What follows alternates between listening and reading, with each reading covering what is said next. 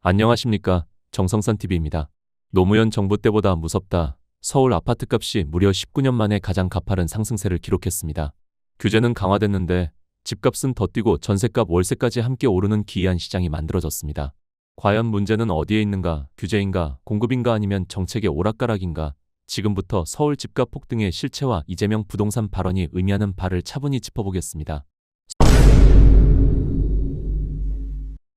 정성산TV 좋아요, 구독, 알림은 큰 힘이 됩니다. 서울 마포구에서 내 집 마련에 성공한 직장인 박모 씨는 최근 발표된 부동산 통계를 보고 가슴을 쓸어내렸다. 지난해 101호 대책으로 서울 전역이 규제 지역과 토지거래허가 구역으로 묶이며 거래가 끊겼다는 소식에 집값이 하락하는 것이 아닌가 생각했지만 결국 연간 상승률은 19년 만에 최고치를 기록했기 때문이다. 박 씨는 정부가 팔지 말라, 사지 말라며 꽁꽁 묶어두니 오히려 물건이 귀해져 간만 뛰는 기현상이 벌어지고 있다며 퇴로가 막힌 걸 알면서도 이번에 놓치면 영영 낙오될 것 같다는 공포에 눈을 감고 도장을 찍었다고 털어놨다. 한국부동산원에 따르면 지난해 서울 아파트 매매가격 누적 상승률은 8.98%로 집계됐다. 이는 통계 작성 이후 가장 높은 수치이며 노무현 정부 시절인 2006년 이후 19년 만에 기록한 최대 상승폭이다. 주목할 점은 시장의 심리와 규제의 충돌이다. 정부가 지난해 10월 15일 서울 전역과 경기 일부를 토지거래허가 구역으로 묶는 강수를 두면서 연말 거래량은 급감했다. 하지만 역설적이게도 서울 아파트 매수 심리는 11월부터 오히려 고개를 들기 시작했다. 거래는 어렵지만 서울 집값은 결국 오른다는 확신이 규제를 압도하고 있는 셈이다. 이로 인해 지난해 서울에서 생애 처음으로 집을 산 매수자 수는 2014년 이후 11년 만에 최대치를 기록했다. 하지만 대출자들의 앞날은 더 캄캄해졌다. 기준금리는 멈췄지만 시중은행의 주택담보대출 변동금리는 오히려 추가 인상이 예고됐기 때문이다. 자금 조달 비용 상승과 은행들의 가계대출 관리 강화 기조가 맞물리면서 금리 동결 소식에도 불구하고 대출자들의 이자 고지서는 더 무거워질 전망이다. 전문가들은 현재의 시장 상황을 거래 동맥 경화소 코가 지지라고 진단한다. 101호 대책으로 실거주 의무화 허가 절차가 까다로워지며 갭투자가 차단됐지만 매도인들이 가격을 낮추지 않으면서 거래량만 빙하기에 접어든 양상이다. 전셋값과 월세가 동반 상승하는 것도 매수 심리를 자극하고 있다. 서울 전셋값이 12월에도 0.53% 오르면서 월세 내느니 차라리 빚내서 집 사자는 심리가 11년 만에 최대치를 기록한 생애 첫 매수세의 동력이 됐다. 금리 동결과 변동금리 인상 소식이 겹치면서 뒤늦게 시장에 진입한 영끌족들의 가계부에는 비상이 걸렸다. 이어 이재명의 후보 시절 발언을 보면 서울 서초 강남 지역을 찾아 부동산 정책으로 세금을 통한 수요 억압이 아닌 공급을 늘려 적정 가격을 유지하도록 하겠다고 밝혔습니다. 이재명은 민주당 정권이 집권했을 때 집값이 올랐는데 왜 그랬을까 전 생각을 바꾸기로 했다면서 이처럼 말했습니다. 이어 부동산 가격이 오른다고 다른 지역과 좀 괴리감이 생겨도 서로 비싸게 사고 팔겠다는 것을 굳이 압박해서 낮출 필요가 있느냐면서 세금은 국가 재정 확보를 위해 걷는 것인데 다른 제재 수단으로 사용되면 정당성을 얻기 어렵다고 밝혔습니다. 이어 앞으로 민주당의 부동산 정책은 수요 공급이 균형을 잃어서 수요 과다로 집값이 오르면 세금으로 수요를 억압해서 가격 관리를 하는 게 아니라 공급을 늘려서 적정 가격을 유지하도록 하겠다고 강조했습니다. 이재명은 무슨 생각으로 그랬는지 모르겠는데 뜬금없이 토어제를 풀었으면 끝까지 놔두든지 갑자기 확 묶었다면서 그것도 규제 지역을 넓혔는데 정책을 오락가락해서 시장을 불안정하게 하면 안 된다고 말했습니다.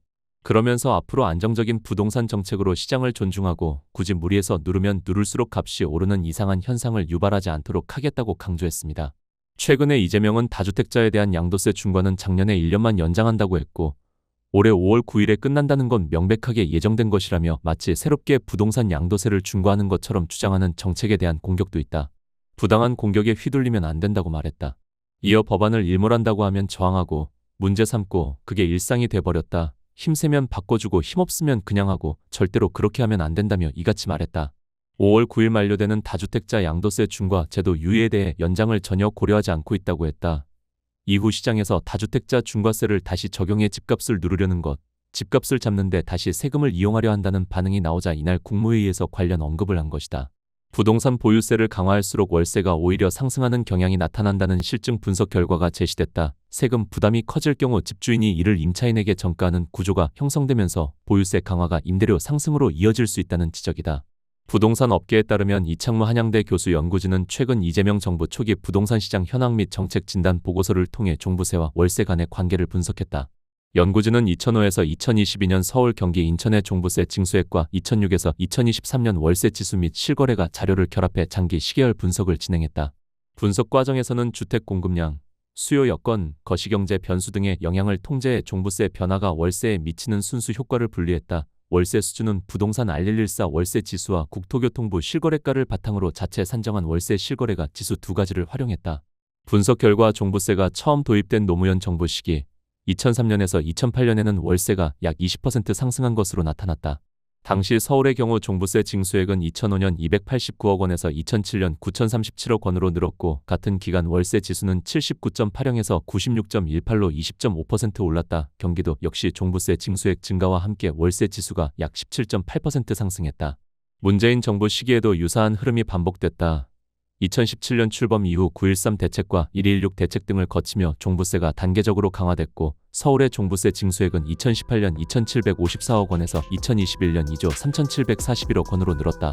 같은 기간 부동산 R114 월세 지수는 2018년 103.74에서 2022년 123.46으로 약 19% 상승했다. 다만 연구진은 2020년 이후 월세 상승에는 전월세 상한제 도입 효과도 함께 작용했다고 설명했다. 실거래가 기준으로는 종부세 징수액이 100% 증가할 경우 장기적으로 월세가 약 15% 상승하는 것으로 분석됐다. 연구진은 종부세 징수액 통계가 2022년까지만 확보돼 이후 월세 급등 국면까지는 반영하지 못한 한계가 있다고 밝혔다. 그럼에도 두 차례 정부 모두에서 보유세 강화 시기와 월세 상승이 동시에 나타났다는 점에서 보유세 정책이 임대 시장에 미치는 영향을 보다 종합적으로 고려할 필요가 있다고 지적했다. 통계는 분명합니다. 규제로 누를수록 집값은 올랐고 보유세를 강화할수록 월세는 뛰었습니다. 노무현 정부 때도 문재인 정부 때도 결과는 같았습니다. 정책 의도와 달리 부담은 집주인이 아니라 무주택자와 서민에게 전가됐습니다. 시장 불안을 키운 것은 집이 아니라 정책의 불확실성과 일관성 없는 개입이었습니다. 부동산은 이념의 실험장이 아닙니다. 국민의 삶 그 자체입니다. 정성산 TV였습니다. 멸공.